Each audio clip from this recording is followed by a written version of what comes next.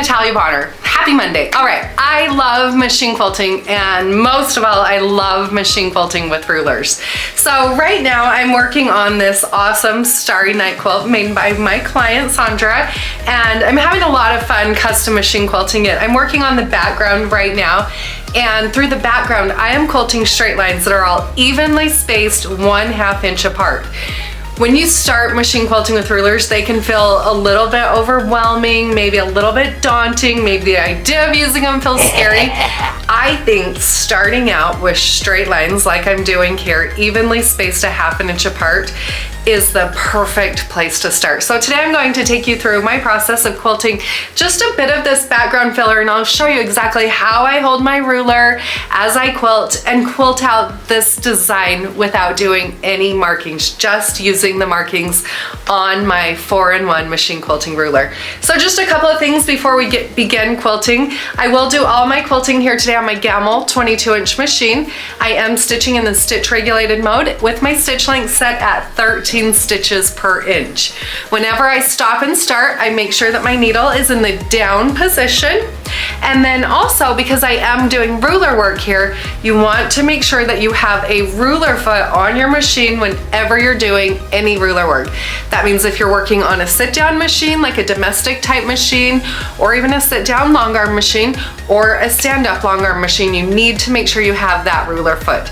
Also, you want to make sure that you have a large ruler base here. So I have my Gamble ruler base on my machine. You'll want it on a sit-down machine, a domestic machine as well, but a large flat working surface really makes all the world of difference when it comes to machine quilting with rulers. I would not attempt it without those, the ruler foot or the ruler base. The thread that I'm using here today, on the top I have So Fine color number 401. It's a really nice white thread that blends beautifully. And then I do have the pre-wound Super Bobs on my bobbin. Now to get this really awesome texture, I have one layer of the Quilter's Dream Poly Deluxe batting. You will be able to find a full video where I share my full process of machine quilting this awesome quilt in the Peace and Quilt Academy. But for now, let's get quilting these fun straight lines.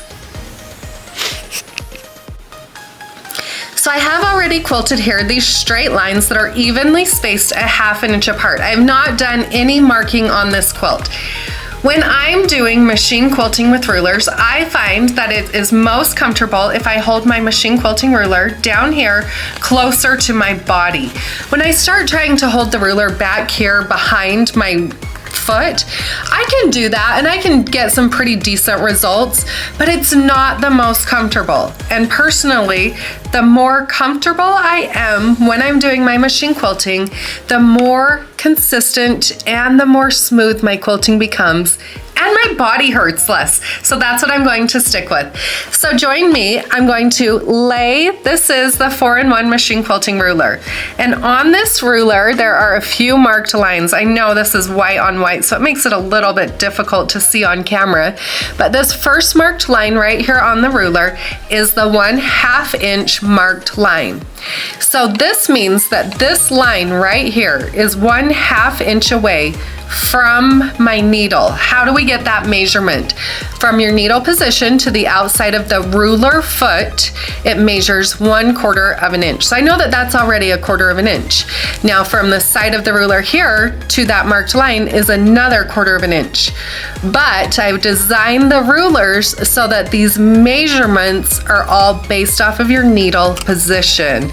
So don't use this ruler for cutting or for like a rotary type measuring, that type of stuff. Do not use it for that. But for machine quilting, it's awesome.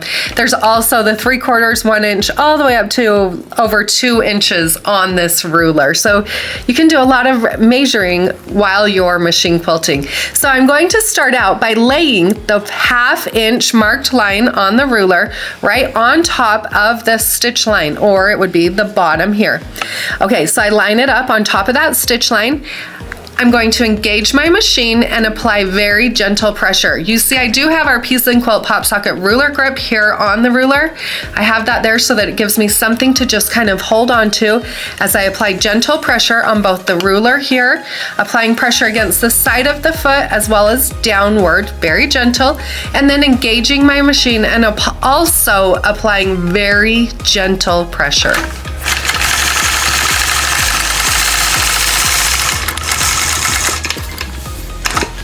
So I'm going to stitch all the way across this area. When I get over here to the left ditch, now I'm going to travel along the ditch. You can use the side of your ruler and guide it, moving up 1/2 inch. I'm eyeballing about where 1/2 inch is. I can see as I adjust my ruler, I haven't gone quite far enough, so I'll take a couple more stitches. But now I'm simply going to repeat that process. Again, lining up that 1/2 inch marked line on top of my previous stitch line. Then I'll engage the machine, apply gentle pressure, and quilt that straight line.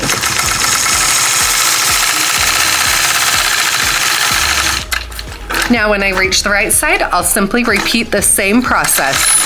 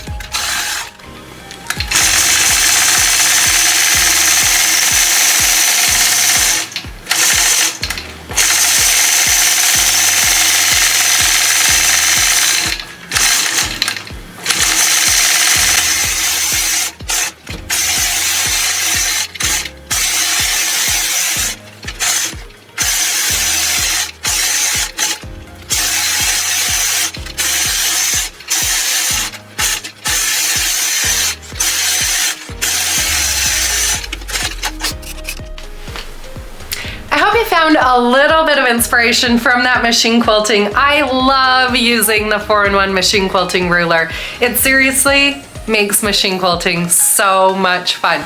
Don't forget to check out the Piece and Quilt Academy on our website, pieceandquilt.com. That's where I share my full process from start to finish. We have over, I think, 160 videos in there now.